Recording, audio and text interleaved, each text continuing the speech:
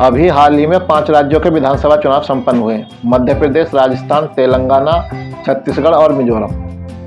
इन 5 राज्यों के चुनाव के परिणाम 3 दिसंबर को आए। इन चुनाव परिणामों में भारतीय जनता पार्टी ने 3 राज्यों मध्य प्रदेश, छत्तीसगढ़ और राजस्थान, जो हिंदी पट्टी के राज्य हैं, में भारी बहुमत हासिल किया और कांग्रेस और तमाम विपक्षी दलों का सफाया कर दिया। चूंकि ये चुनाव भारतीय जनता पार्टी ने बिना किसी सीएम के चेहरे के लड़े थे, तो जाहिर है चुनावों के बाद ही मुख्यमंत्री की घोषणा होनी थी। भारतीय जनता पार्टी ने सभी वर्तमान और पुराने मुख्यमंत्रियों को हटाकर नए मुख्यमंत्री का चयन किया। राजस्थान और छत्तीसगढ़ में भारतीय जनता पार्टी ने कांग्रेस से सत्ता प्राप्त की थी, तो वहां पर उसका कोई मुख्यमंत्री नहीं था। लेकिन पूर्व मुख्यमंत्री छत्तीसगढ़ में रमन सिंह और राजस्थान में वसुंधरा राजे मुख्यमंत्री की दावेदार थी और मध्य प्रदेश में शिवराज सिंह चौहान मुख्यमंत्री थे ही। इस बार भारतीय जनता पार्टी ने इन तीनों को ही पद से हटाकर नए मुख्यमंत्री का चयन किया। सबसे पहले भारतीय जनता पार्टी ने छत्तीसगढ़ के लिए विष्णुदेव साय को मुख्यमंत्री चुना, जो कि अनुसूचित जनजाति से आते हैं। छत्तीसगढ़ में अनुसूचित जनजाति का मुख्यमंत्री चुनने के बाद भारतीय जनता पार्टी ने मध्य प्रदेश में मोहन यादव को मध्य प्रदेश का मुख्यमंत्री घोषित किया, जो कि पिछड़ी जाति से आते हैं। छत्तीसगढ़ में अनुसूचित जनजाति का मुख्यमंत्री और मध्य प्रदेश में पिछड़ी जाति का मुख्यमंत्री चुनने के बाद अब राजस्थान की बारी थी। तो जिस तरह से भारतीय जनता पार्टी ने छत्तीसगढ़ और मध्य प्रदेश में मुख्यमंत्रियों का चयन किया था, एक एसटी, एक ओबीसी, तो उसको देखकर लगने लगा था कि भारतीय जनता पार्टी ने जिस तरह से पिछड़ी जाति और आदिवासी समुदाय को साधा है, तो अनुसूचित जाति को भी साधने की कोशिश करेगी और इसके लिए वो इस बार राजस्थान में अनुसूचित जाति का मुख्यमंत्री बना सकती है। और राजस्थान से अनुसूचित जाति से अर्जुन राम मेघवाल मुख्यमंत्री पद की दौड़ में भी।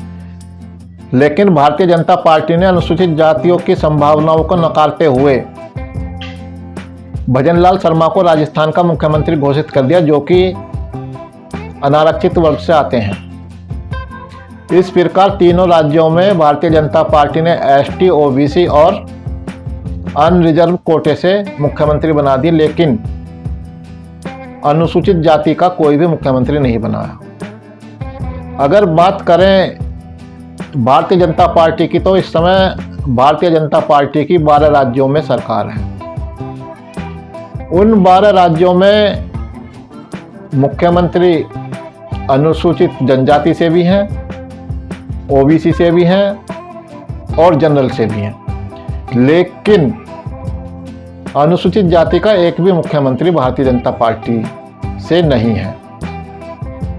अब आप ये लगा सकते हैं कि भारतीय जनता पार्टी में अनुसूचित जाति की क्या महत्ता है।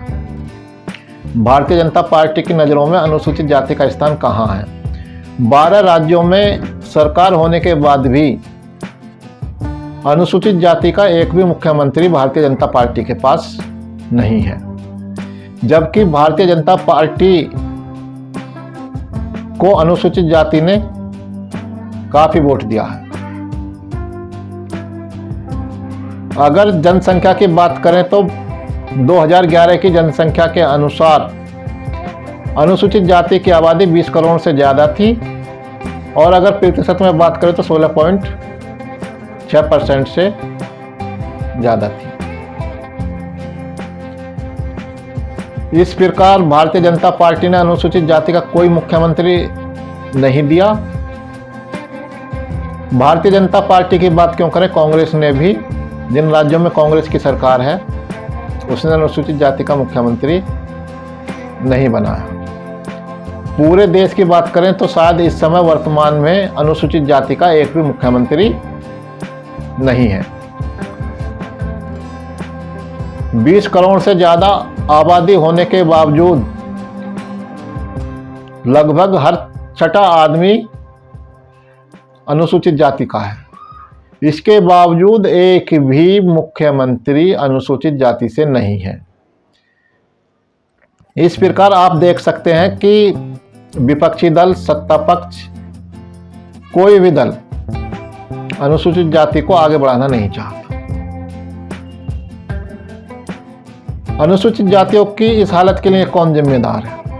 अनुसूचित जाति की इन हालतों के लिए खुद अनुसूचित जाति ही जिम्मेदार है, क्योंकि अनुसूचित जाति ने खुद में इतना बिखराव पैदा कर लिया, इतना टकराव पैदा कर लिया है कि उनको पूछने वाला अब कोई नहीं रहा है। जबकि अनुसूचित जातियों से बहुत छोटे छोटे समुदायों से इस समय देश में मुख्यमंत्री हैं। अगर आप शासक नहीं होंगे तो आपका शोषण भी नहीं रुकेगा। इसलिए अपनी वोट की ताकत को पहचानो और उन लोगों को पहचानो जो आपको सत्ता नहीं देना चाहते, जो आपको भागीदारी नहीं देना चाहते, क्योंकि बिना सत्ता में भागीदारी पाए आपका भला नहीं हो सकता।